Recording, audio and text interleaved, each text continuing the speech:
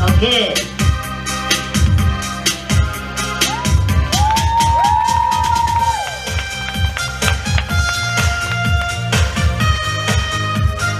Giờ rồi đây là lấy ra làm con trai.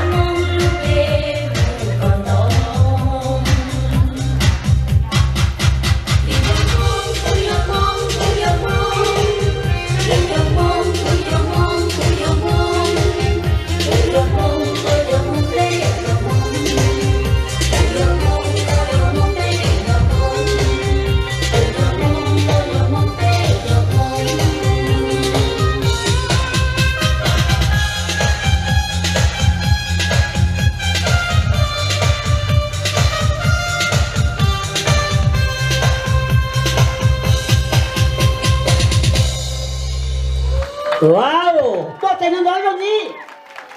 Tôi sẽ có để sát trưởng hậu đệ nó. Chẳng này là cái này chế trong câu đó. Có thể dùng gì không thể đâu sao rồi à? Mới là chuyện gì đấy? Ở năm giờ nhất, ok. Giờ thì tôi dùng xe để chuẩn bị cho tờ cho họ rồi. Thế không mua cho chạy nào.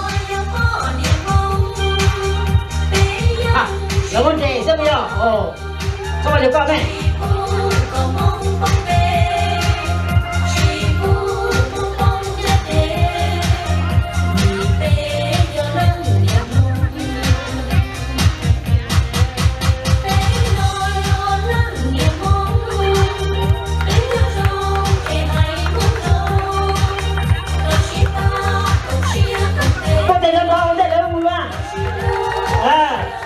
Chả biết chào ôi chả biết có cái chơi đi.